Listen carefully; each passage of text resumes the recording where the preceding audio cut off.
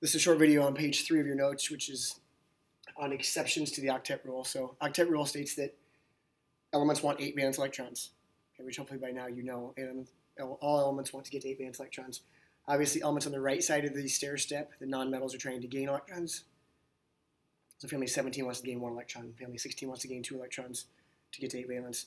The elements left of the stair step, or even family 13 to the left, want to lose electrons. So 3 exceptions would be this. First one, which you guys already know. I'm sorry, first one you do not know. Some elements have an odd number of valence electrons. This is the most uncommon one by far, the least important one. So these two have an odd number of valence electrons. So nitrogen's got 5, oxygen's got 6, but there's 2 oxygens. So you got 12 plus 5, there's 17 valence electrons here. So if I draw this, I go O with an O and give everything.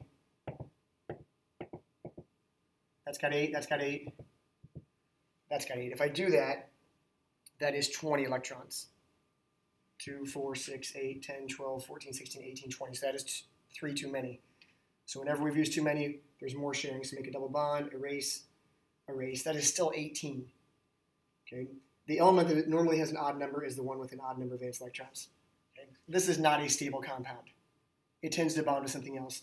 Actually, what it tends to do is become the nitrite ion with a -1 charge. It tends to pick up another electron from somewhere else, or it combines with another atom, such as potassium, which has a valence electron for it.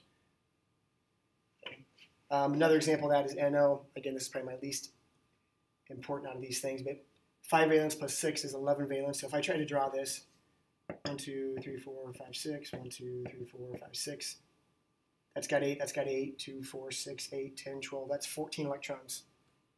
Okay, so if I go there, erase, 2, 4, 6, 8, 10, 12, that's still too many.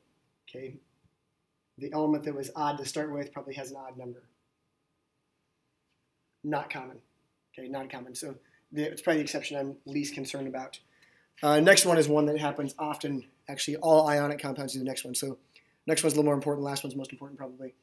Some elements have less than 8 electrons around them. This is going to be the central atom typically, or hydrogen.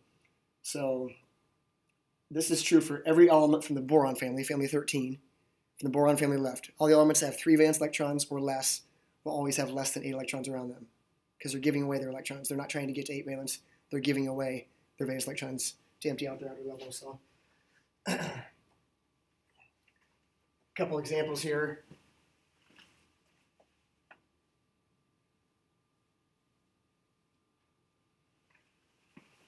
So I've got BH3. Again, boron's got only 3 valence. It tends to lose its 3 valence electrons. Even though it's right at the stair step, it does not do that. So 3 valence electrons. Each hydrogen's got 3, or got 1, so that's 3 electrons, or 6 total. But a boron, 2, 4, 6. Okay, there's no unshared pairs on it. Boron only has 6 around it. Again, it's family 13 to the left.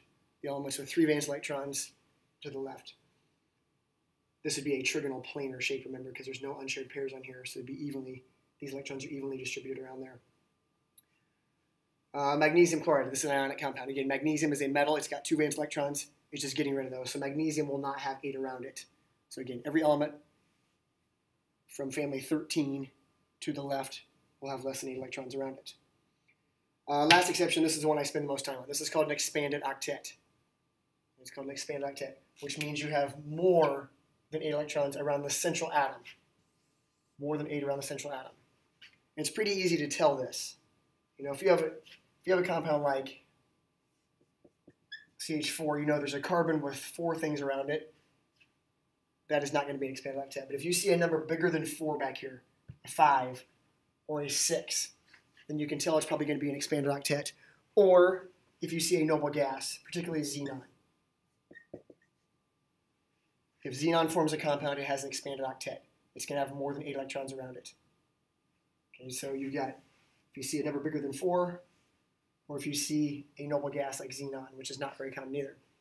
So if I count the valence electrons here, phosphorus has got 5 valence, chlorine's got 7 valence, but there's 5 of them. So 7 times 5 is 35, plus 5, you got 40 valence electrons to use. Remember, we need to use all 40 of those electrons and give everything 8. So if we put a phosphorus in here, if we think about normally phosphorus would have 1, 2, 3, 4, 5 valence. It usually wants to gain 3 electrons to get to 8. In this case, chlorine is going to take each of its valence electrons. So phosphorus is essentially giving away all of its valence electrons. So if I go a chlorine, chlorine, chlorine, chlorine, and chlorine. So I put 5 chlorines around it. So that is 2, 4, 6, 8, 10 electrons I've used out of the 40. That means phosphorus has more than 8 around it. Usually the elements that do this will be from the families 15, 16, or 17. Okay, usually family 15, 16, or 17 will have an expanded octet if possible. Again, each chlorine needs to have 8 around it, so you've got 2 there. Put 6 around each one.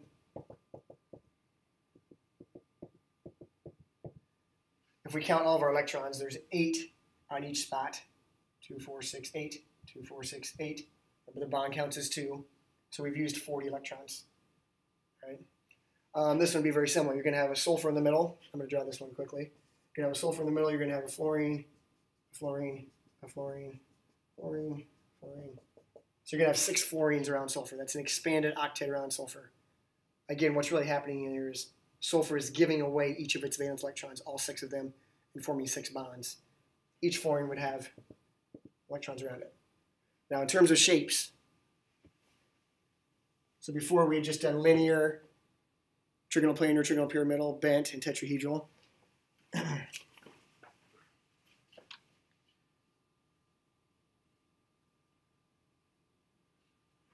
So here are the shapes, again, in your packet of notes. These are the shapes of the expanded octet. So this column here, this is saying that there's 5 pairs of electrons around the central element.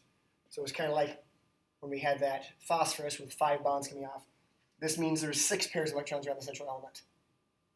So these are expanded octets. There's more than 4 pairs of electrons around the central element. There's more than 8. So this would be 5 pairs or 10 electrons around the central element, 6 pairs or 12 electrons around the central element. So this is telling you the number of unshared pairs or lone pairs. So in this molecule, it's got 1, 2, 3, 4, 5 bonds. In other words, 5 shared pairs. It's called trigonal bipyramidal. This one, seesaw, has 1, 2, 3, 4 shared pairs, 1 unshared pair. So it's telling you 1 unshared pair, 4 shared pairs. So you can kind of look and see how that goes. 1, 2, 3 shared pairs, 2 unshared pairs. So you can kind of look from there. Down here, this has 6. This one's got 6 bonds coming off of it. It's called octahedral because it would be, if I could draw shapes, if I could draw this as a figure, 1, 2, 3, there'd be a 4-sided figure on top and a 4-sided figure on bottom B. That's why it's called octahedral. It'd be an 8-sided figure altogether.